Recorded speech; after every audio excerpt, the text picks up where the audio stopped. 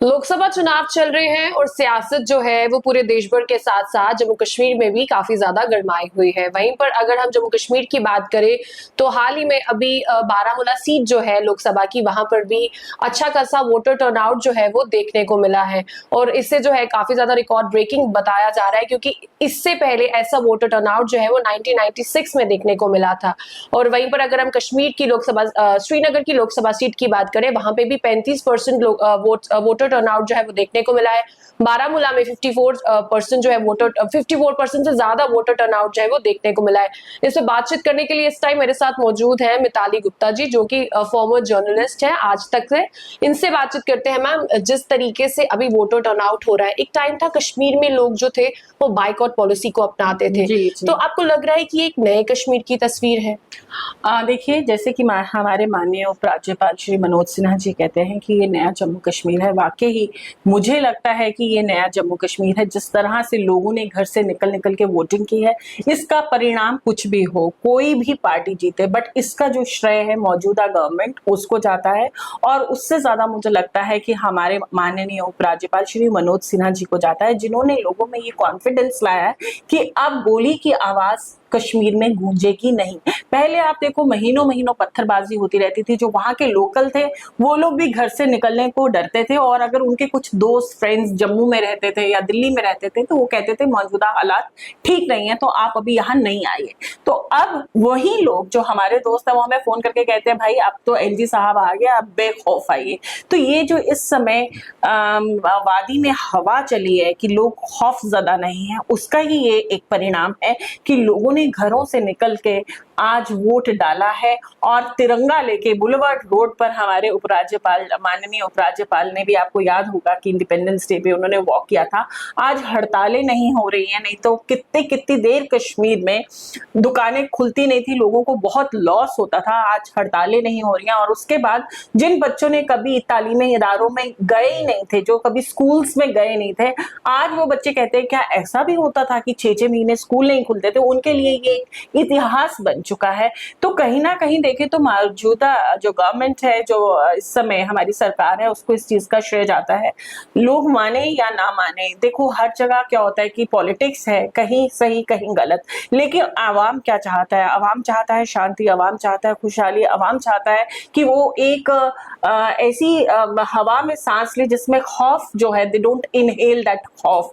तो वो जो चीज है वो अब कश्मीर में देखने को मिल रही है। और आप देखिए कि अभी कुछ ही दिनों पहले सिंघम की भी शूटिंग जो है वो कश्मीर में हुई है। तो ये करना इतना आसान नहीं था। मुझे याद है कि अगर हम 96 की बात करें, 96 में मैं भी कश्मीर गई थी, और उस समय मैं किसी स्टेट के प्रोग्राम से गई थी। उस समय जम्मू कश्मीर जो था वो स्टेट हुआ करता था।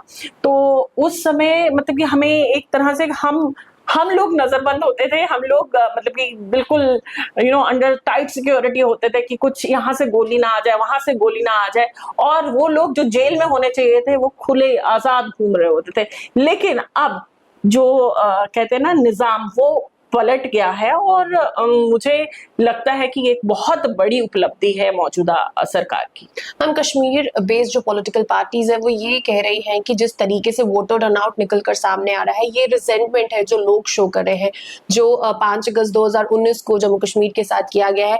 ये अपनी एक रिजेंटमेंट शो करने के लिए लोग इस तरीके की वोटिंग जो है वो कर रहे हैं। बात क्या है कि जब कोई जवाब नहीं हो तो आदमी इस ढंग के ही जवाब, इसका मतलब ये हुआ कि ये कहना चाहते हैं कि उनके टाइम पे अगर वोटिंग नहीं होती थी तो क्या लोग चेंज नहीं चाहते थे इसलिए वोटिंग नहीं होती थी? या यूं कह लो कि उस समय ऐसा, सच ये है कि उस समय ऐसा माहौल ही नहीं था कि लोग घरों से बाहर निकलते। लोगों को भी एक तरह से ना, जो 18 साल नए नए बच्चे हो उनके लिए भी ये एक अजूबा है, जिसको कहते हैं ना, अच्छा वोट भी डाले जाते हैं कश्मीर में, अच्छा हम बाहर भी निकल सकते हैं। तो ये जो सरकारें, पूर्व सरकारें कह रही है कि लोगों की रिजेंटमेंट है, चलो रिजेंटमेंट ही सही, मैं कहती हूँ कि रिजेंटमेंट ही सही, लेकिन डेमोक्रेसी का जो राइट है वो तो उन्होंने इंस्टीट्यूट किया।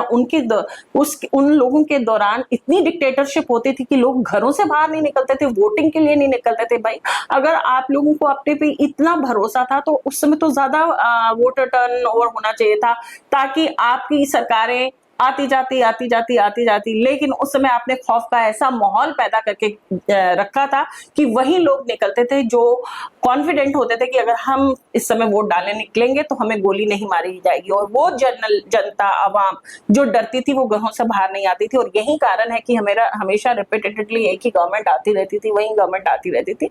तो आज अगर वो लोग भी जो मौजूदा पार्टीज हैं, अगर वो भी खुले में हवा बेखौफ अगर वहां पे अंगड़ाइयां ले रहे हैं, तो वो भी मौजूदा सरकार की ही बदौलत है। पीडीपी की महबूबा मुफ्ती की बात करें तो वो ये कहती है कि जो ये वाली अभी वोटिंग चल रही है, ये जो चुनाव है, ये रोड के लिए, बिजली के लिए, सड़कों के लिए नहीं है, ये 370 को वापस लाने के लिए, अपना खोया हुआ दर्जा जो है उसे वापस पाने के लिए, स्टेटहुड वापस लाने के लिए।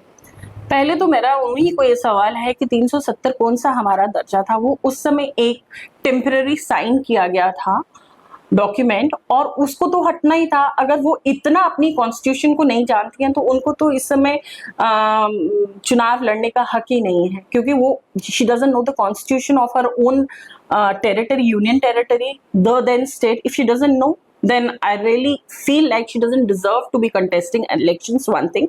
And secondly, हमारे माननीय गृह मंत्री ने बार बार कहा है कि जब माहौल होगा तब स्टेट का दर्जा मिलेगा, और मैं जम्मू कश्मीर की आवाम होने के नाते कहती हूँ कि स्टेट का दर्जा नहीं है, यूनियन टेरिटरी का दर्जा है। अगर यूनियन टेरिटरी का दर्जा देकर हमें ये माहौल मिलता है, खुशहाली का माहौल मिलता है, अगर ये कश्मीर मेरा कश्मीर है, अगर ये जम्मू कश्मीर नया जम्मू कश्मीर है, अगर ये वो कश्मीर है यहाँ मैं बेखौफ लाल चौक में तिरंगा लहरा सकती हूँ, तो मुझे यूनियन टेरिटरी से ही प्यार है, मुझे उस स्टेटहुड से प्यार नहीं है। यहाँ पर लाल चौक में जाते हुए मेरा दिल धड़कता है डर से कि कहीं से गोली आएगी और मुझे उड़ा कर ले जाएगी।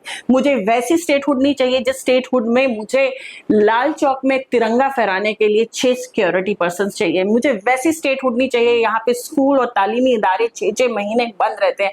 मुझे वैसी स्टेटहुड नहीं चाहिए यहाँ पर लोग सड़कों पे निकलते हैं और पत्थरबाजी करते हैं। मुझे वो स्टेटहुड नहीं चाहिए यहाँ पे कश्मीर का छोटा एक बच्चा सिर्फ खून की नदियां देखता है। मुझे वो यूनियन टेरिटरी चाहिए यहाँ पे खुशहाली है, यहाँ पे बच्चे स्कूल जाते हैं, यहाँ पे हड़तालें नहीं होती हैं। मुझे वो यूनियन टेरिटरी चाहिए यहाँ पे डल के ऊपर मैं आराम से बैठ कर शिकारे में सैर कर सकती हूँ। चलिए, बहुत बहुत धन्यवाद हमसे बातचीत करने के लिए। तो ये थी हमारे साथ मिताली गुप्ता, जिनसे हमने बातचीत की जो भी पॉलिटिकल सिनेरियो इस टाइम जम्मू कश्मीर में चल रहा है।